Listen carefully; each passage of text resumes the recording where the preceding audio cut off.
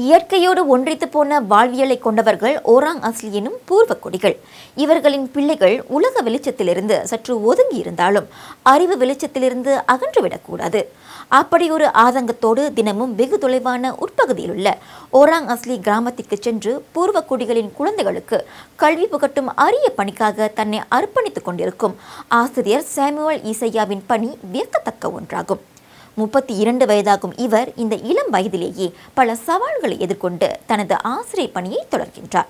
இவரை அண்மையில் வணக்கம் மலேசியா நேர்காணல் செய்த போது தமது அனுபவங்களை நம்மிடத்தில் பகிர்ந்து கொள்கின்றார்.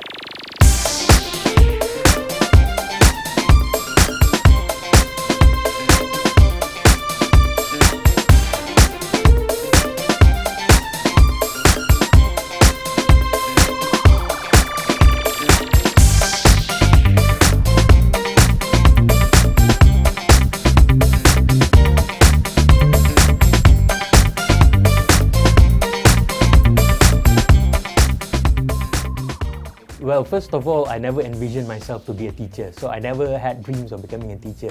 It all happened by accident actually, but it's a good accident, I think.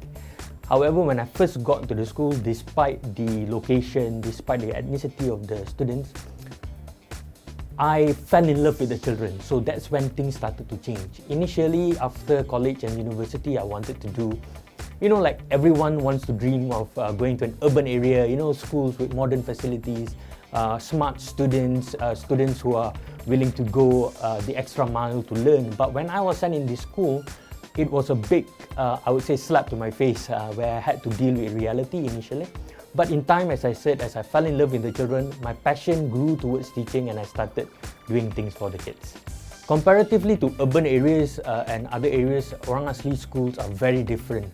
Yes, we have infrastructure problems, yes, we have facility problems, but two of the biggest challenge that I see in Orang Asli schools is number one, the negative perception. Most of the time, teachers, the community and even society in general, when we talk about Orang Asli, they have lots of negative implications towards them. Be it they are not smart enough or they are not good enough, they are not capable of doing things like that. The saddest thing is the children themselves believe this kind of thing, so from the start, motivation is very low. Number two, the second challenge would be the Orang Asli community, most of them don't value education that much.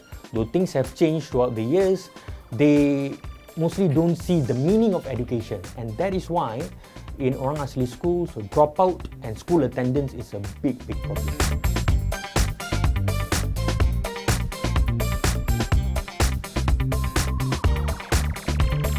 As for the students, initially I was like an alien or foreigner because they've not seen someone like me, a tall man with facial hair and all this kind of thing. So we were quite distant the first few months, but after that we got very close.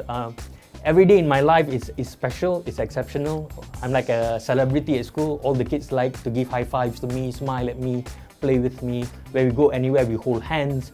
So that is the relationship that I have with the children. Initially it was not like that, but in time everything became much better. I think it's my approach towards children. Though I might look a bit strict, but in class, I believe teachers need to develop relationship with students. It's not just like a teacher, I say something, you follow what I say, or I ask you to sit down, you sit down. It's not like that. We have a mutual respect of one another. And I also believe children, Orang Asli children especially, they believe in what I'm doing. They see that I'm doing this from the heart and they can relate a lot with what I'm doing.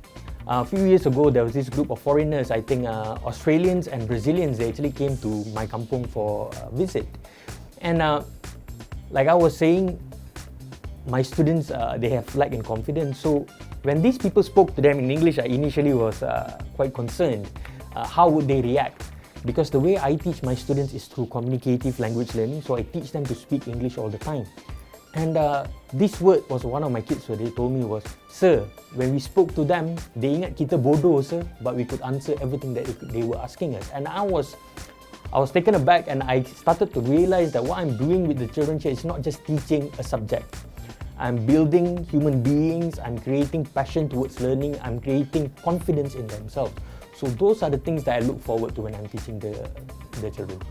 The most difficult challenge that I face is challenging the perceptions lah. But for me, I treat my children as my children. So when someone says that your son or your daughter is stupid, you get angry about it. And for me, I take that challenge as a motivation for me to try new methodologies and different ways to approach learning to them and challenge all these perceptions. When some people say my kids cannot speak in English, or they cannot use technology, or they cannot do group work and things that what most other kids do, I said no, I'll teach them and I'll show them that these orang asli children are actually better than you. So I take these challenges as motivation. மற்ற மாணவர்களைப் போன்று இந்த பூர்வக்குடி மாணவர்கள் பாடங்களை எளிதில் புரிந்து கொள்ளக்கூடியவர்கள் அல்ல. அதற்காகவே அவர்களுக்கென பிரத்யேக பாடத்திட்டத்தை உருவாக்கியுள்ள ஆசிரியர் சாமுவேல் அவர்களை கையாளவும் பல்வேறு யுக்திகளை அமல்படுத்தி வருகின்றார். அவரின் இந்த அணுகுமுறை மாணவர்களிடத்தில் நல்ல வரவேற்பும் கிடைத்துள்ளது. Learning is not something that they see is important. So learning or education in general is not meaningful. For example, if I would ask some of you viewers, would you like to learn a foreign language, let's say Japanese or Korean, you would probably say, why, Mr. Sam? Why would I need to learn Japanese? So it's the same to my children, would be like, why do they need to learn English? They don't use it anywhere else. They don't use it at home. They don't use it with their parents. They don't use it in the forest. So I had to create meaningful learning. And how do I do meaningful learning is to, number one, 21st century learning and lots of communicative language learning. What is 21st century learning? 21st century learning involves communication, collaboration, creativity and critical thinking.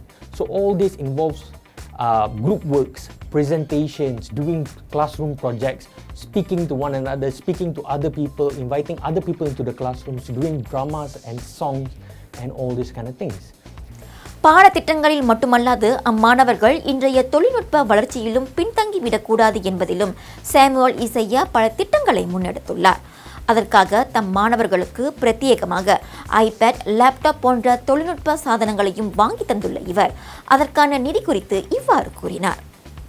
But I came to a time where I realized that even though I was doing all this modern teaching, as you could call it, there's something lacking. And the biggest thing that was lacking at the time was infrastructure.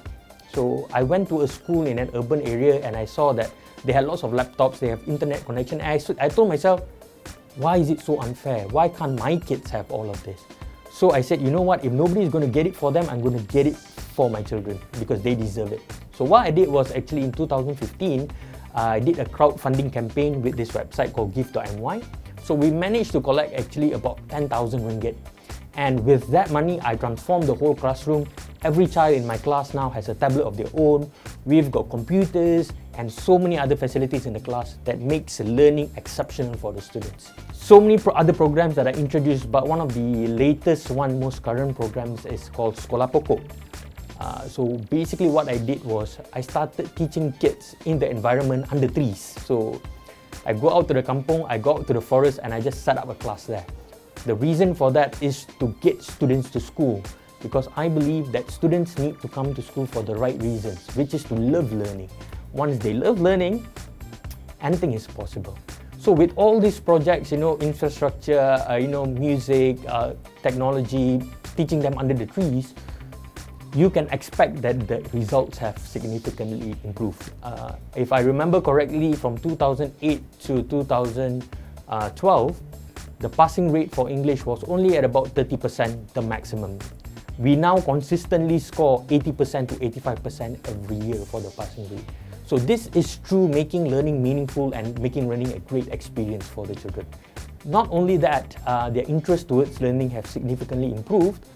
And when English is concerned, English is a language first, right?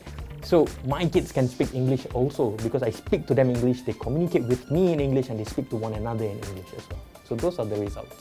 இப்படி சத்தமில்லாமல் பல புரட்சிகளை செய்து வரும் ஆசிரியர் சாமுவேலின் சேவை அளப்பரியது.